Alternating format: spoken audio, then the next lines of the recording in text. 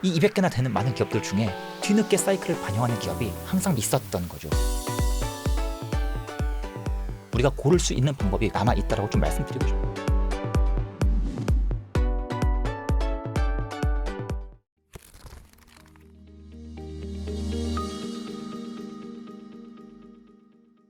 오랜만에 박정호 교수님 모셨습니다. 안녕하세요. 예, 안녕하세요. 안녕하십니까. 박정호입니다. 이번에 어떻게 달력을 내셔가지고 네. 어.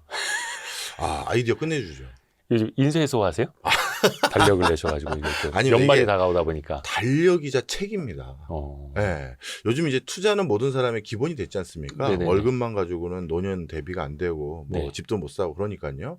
그래서 투자에 대해서 매일매일 인식하면서 리스크 관리도 하고 경제 마인드 속에서 하루를 생활하면 좋은데 어떨 방법이 있을까 하다가 인력을 만들었어요. 이렇게 하나씩 넘기는 맞습니다. 그런데 넘기면 보시면 아시겠지만 이거 책상 달력처럼. 네.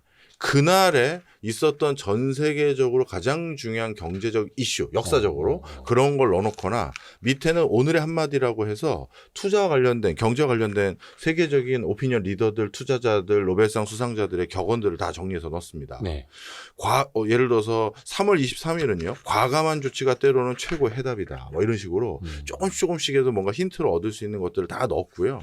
그래서 매일매일을 좀 경제관을 가지고 좀 사셨으면 좋겠다. 볼 때마다. 예. 그리고 세계적인 리스크나 금융적인 사고들 이런 거 많이 넣어놨기 때문에요. 그냥 매일 그냥 쓱 읽어보면 맞아.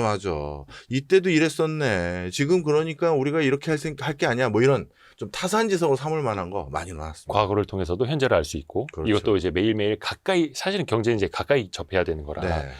요 책에 있는 그 역사 이야기는 잠시 후에 또 여쭤보겠고요. 네. 우선 이제 최근의 이슈 때문에 아니 지금 환율이 1,300원대 있을 때는 1,500원 갈 수 있다라는 얘기가 되게 허황되게 들렸거든요. 네. 근데 1,440원까지 넘어놔도 보니까 이러다가 1,500원 진짜 가는 거 아니야라는 불안감도 들고 네. 우선은 1,440원대까지 이렇게 원화가 너무 약한 거는 네. 왜 이렇다고 보세요? 예, 가장 큰 이유는 역시 미국과의 관세 협상이 원만하지 않기 때문입니다. 사실 아직까지 우리나라가 관세를 내고 있는 범주가 25% 내고 있거든요. 네. 그러면 만약에 트럼프 대통령과의 원활한 협상이 진행되지 않는다라고 하면 매번 내야 되는 관세 코스트는 25%로 계속 고착화되고 그리고 트럼프 대통령이 요구한 수준이 3,500만 달러를 500억 달러를 일시불로 내려고 했잖아요. 근데 이때 우리나라의 반응이 뭐였냐면 우리 3,500억 달러 한 번에 낼 돈이 없어요라고 그렇죠. 우리의 국고 상황을 한번 노티스를 했더니 뭐야 국제사회에서 국제금융기구에서 뭐야 한국이 그런 정도의 돈이 없었던 거야? 하면서 우리나라 외화 시장에 대한 불안감과 경계성을 더 높이는 계기가 돼버렸어요. 오히려 있는 패 없는 패 다 보여준 거예요. 막 속살까지. 그렇죠. 예를 들어서 바로 밑에 있는 일본은 5,500억 달러 저희가 일시불로 드릴게요. 자, 알아서 쓰세요 형님 하고 보냈단 말이에요. 근데 바로 비교가 되게 이게 한 달 텀으로 저희는 3,500억 달러 있지도 않고요. 일시불로 낼 수도 없고 240개월 할부로 낼까 생각하고 있고 일부는 원화로 낼까. 얘는 왜 이래 봤더니 진짜 없네. 진짜 없네. 그러다 보니 약간의 뭔가 국제적인 이슈, 트리거가 발생해도 환율이 막 뛰기 시작한 거예요. 네. 그러게요. 참, 근데 어떻게 보면 처음에 3,500억 달러 보증이라든지 대출 다 묶어갖고 패키지로 제안을 했던 게 또 악수였지 그렇죠. 않았나라는 생각도 들고요. 근데 안 줄 수는 없었고 사실 뭐 국제적으로 이렇게 보시면 됩니다. 예전에요. 네. 미국이 관세 내라고 했었을 때 철강 관세였습니다. 그때 우리가 가장 먼저 철강과 관련돼서 관세 협상을 전 세계에서 제일 먼저 타결을 봤어요. 그게 꽤 됐습니다 벌써. 근데 그때 그리고 나서 한국이 미국하고 이렇게 협상을 잘했어 했는데 그 다음에 어떤 일이 생겼냐면 네. 한국과 미국과의 협상이 기준점이 된 거예요. 우리는 꼼수를 발휘했어요. 어떻게 했느냐. 관세를 왕창 올리겠다는 거예요. 미국이 철강 관세를. 그래서 이건 안 된다. 대신 관세를 낮춰달라. 대신 우리가 원했던 건 차선책으로 어떤 걸 역으로 제안했냐면 쿼터. 일정 이상 철강을 팔면 그다음부터는 안 팔겠다. 그다음 더 팔 거는 그럼 말씀하셨던 그 수준 이상의 관세를 내겠다. 쿼터제를 역으로 제안한 거예요. 네. 그리고 우리도 딱 이 정도 쿼터까지 팔면 뭐 우리 그 뭐죠? 기간 산업 돌리고 철강 인프라 돌리는데 큰 문제는 없으니 우리 더 욕심은 안 내겠다라는 확실한 제스처를 취한 거거든요. 네네. 그래서 유럽과 일본이 처음에는 야, 쟤네 머리 진짜 잘 썼네 해서 부러움의 대상이었는데 우리가 기준점이 되니까 그 뒤부터 유럽과 일본이 우리 걸 바탕으로 더 좋은 조건, 원활한 조건을 생각해서 역으로 계산해서 미국이 제안해서 우리보다 좋은 조건으로 철강과 관련된 무역 협상이 타결이 됐어요. 괜히 일찍 했네 이렇게 되던. 그렇죠. 그래서 그 뒤부터 이런 국제적인 무역 협상 그리고 우리가 국제적인 교역과 관련된 협상을 할 때 그때가 우리 학계 쪽에서 특히 국제 무역과 관련된 학계 그 학자들 사이에선 아예 큰 레슨이었고 교훈이었고 네. 제일 먼저 하지 말자. 이거였어요. 그래서 이번에도 일본이 치고 나가고 베트남이 치고 나가고 막 할 때 뒤에서 슬쩍슬쩍 너무 늦지만 말고 조금씩 따라만 가자 했는데 막판에 일본이 너무 크게 양보한 거예요. 5,500억 달러까지 할 게 아니었다라는 게 지금 일본 내부뿐만 아니라 우리도 입장이 그랬거든요. 네네. 근데 일본은 그 5,500억 달러 너무 크게 줬고 마음대로 쓰게끔 했고 해서 총리가 결국 바뀌었잖아요. 이시바 시기로 총리 내려갔죠. 예, 결국 총리까지 사임하는 지경까지 온 건데 본인들이 오판한 거예요. 그리고 막바지에 왜 못 견디고 그걸 고개를 숙이냐고요. 그러다 보니까 우리도 여론이 어떻게 됐는지 그때 기억나시잖아요. 네. 야, 일본은 타결했대. 이러다 한국만 독박 쓰는 거 아니야? 한국 뭐 자동차만 이렇게 관세 부과하면 우리는 원래 FTA 체결 국가였는데 오히려 더 우리가 손해보네 이런 게 있으면서 정부 입장에서도 갑자기 타임 스케줄에 몰린 거죠. 그래서 일본보다는 좀 작지만 3,500억 달러 이렇게 약속을 하고 구체적인 내용과 세부적인 방식은 일단 뒤로 살짝 빼놓은 거예요. 네. 금액만 던져놓고 그것도 전략 전술이었죠. 왜냐하면 그 3,500억 달러를 일시불로 주느냐 할부로 주느냐 이게 투자를 얘기한 거냐 그냥 준 거냐 우리는 옵션이 많아지는 거란 말이에요. 네. 그리고 국제적인 여론뿐만 아니라 또 내부적인 여론에서도 우리도 미국과 잘 가고 있습니다. 딱 적절했어요. 그래서 지금 얘기하고 있는 여러 논의들은 다 알고 나중에 우리가 수습하고 하나하나씩 이제 협상을 하려고 의도된 부분도 상당히 많이 있었습니다. 네. 의도를 하기는 했으나 3,500억 달러라는 게 일종의 앵커링 이펙트가 된 거잖아요. 그렇죠. 기준점, 네. 단내림 효과가 생겨가지고 미국에서 봤을 때는 야 3,500억 달러 준다며. 투자한다며 가져와. 니네가 먼저 말했잖아. 이렇게 된 거고 네. 완전히 우리가 자충수를 둔 건데 그러니까 이제 그거를 뭐 10년 할부로 하네 뭐 200억 달러라는 150억 달러라는 막 조율을 하고 있는 이제 과정에 있는 것 같긴 한데 이건 아직 어떻게 풀릴지는 모르는 거죠. 모르고요. 잘 안 풀릴 가능성도 꽤 있어요. 그러니까 이재명 대통령도 얼마 전에 CNN 인터뷰한 거 보니까 네. 급하게 하지는 않겠다. 네. 그래서 합리적인 방법을 찾아가겠다. 시간이 걸리더라도. 네. 그러면 이거 뭐 에이펙 정상회의 때까지도 안 풀릴 수도 있는 거잖아요. 그렇죠. 지금 미국과 완벽하게 그 관세 협상이 타결된 국가가 다섯 손가락에 안 들어가요. 영국 하나 진작 끝났고 베트남도 끝난 줄 알았더니 세부적인 품목 간의 합의가 아직까지 지리하게 일어나고 있고요. 일본 정도가 그냥 주기로 한 거니까 이거는 시기의 문제가 좀 있을 뿐이지 네. 일본도 거의 타결이 끝난 거고 몇 나라 없습니다. 네. 그렇기 때문에 우리도 굳이 서두를 필요가 없다. 그럼 우리도 예를 들어서 다른 나라 중에서 어떤 나라가 최소 트럼프 임기 안에 투자하는 걸 합의 봤다 그러면 우리도 저렇게 할게요 라고 할 수 있는 거잖아요. 그래서 우리도 지금은 서두를 이유는 사실은 없습니다. 대신 트럼프의 스타일이 일벌 100개 해서 모두 겁주는 스타일이잖아요. 네네네.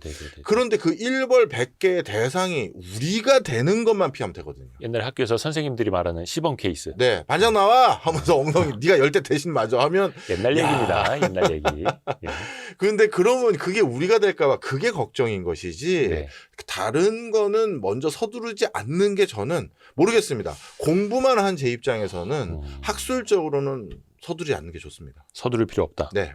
근데 이제 트럼프 입장에서는 막 무슨 3,500억 달러 한국이 다 한 번에 돈으로 주기로 했다 뭐 이런 얘기 벌써 막 날리고 있어가지고 네.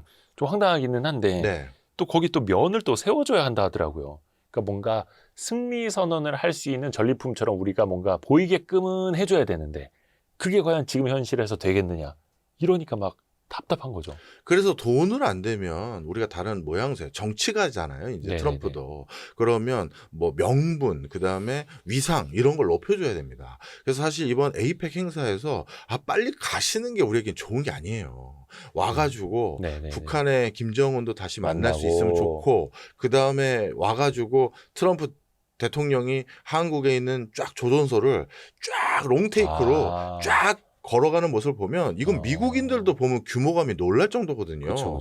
울산 조선소 현장 가보고 그 규모에 놀라지 않은 사람은 제가 본 적이 없어요. 그러면 딱 보고 와 한국 저 작은 나라에 저런 게 있었어? 저런 걸 우리나라에도 해준다는 거야? 하면서 기대감 빵빵하게 할 수 있거든요. 바로 그런 것들과 함께 뭔가 두둑한 선물을 가져갈 수 있게끔 하려면 시간을 많이 주셔야 되는데 그 시간이 그냥 뭐 지금 보니까 시진핑만 만나고 간다는 얘기 아니에요. 1박 2일. 예, 그나마 다행인 건 한국이 1벌 100개가 아니고 뒤로 살짝 빠진 건 시진핑과의 협상이 훨씬 우리보다 더 빅딜이거든요. 중요하니까. 그러다 보니까 거기에 신경을 쓰다 보니까 한국과는 뭐 잘 되고 있다 하면서 야 니들 나 신경 안 쓰면 나 알지? 이 정도만 한 거고 지금 온갖 신경은 시진핑과 푸틴까지 이 두 사람에게 있습니다.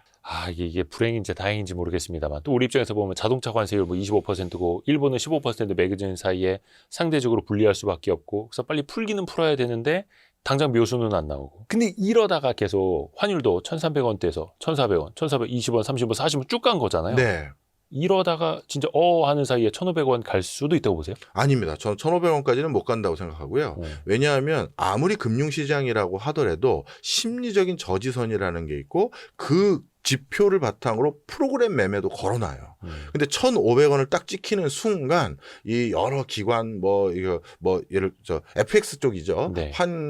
외환 딜러들 네. 이쪽들에서 1,500원이라는 숫자를 바탕으로 본인들의 매매 방식을 바꾸도록 설정이 돼 있거나 준비를 하고 있는 곳들이 있어요. 그래서 우리나라도 이게 공공연한 비밀 아닌 비밀이지만 외환시장의 국책은행을 비롯해서 산업은행이나 이런 데서 일부 영향을 안 미치지도 않아요. 그냥 보고만 있는 거 아닙니다. 진짜 말 그대로 한국의 외환시장을 시장 메커니즘에만 그냥 넉넉히 맡기고 있는 나라는 솔직히 아니에요. 네네네. 네. 그러다 보니까 1,500원이라는 숫자를 찍히게끔은 절대 국가가 안 할 게 뻔하고요. 제 소견으로는 1,400원대를 계속 넘나들다가 만약에 3,500억 달러에 대한 어느 정도 합의안이 조금이라도 더 구체적으로 나온다면 다시 환율은 1,400원대 초반 아니면 1,300억 원 후반대까지 내려올 가능성이 높고요.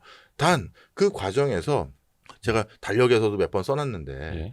항상 과거로 돌아갈 거라고 경제를 기대하시면 안 돼요.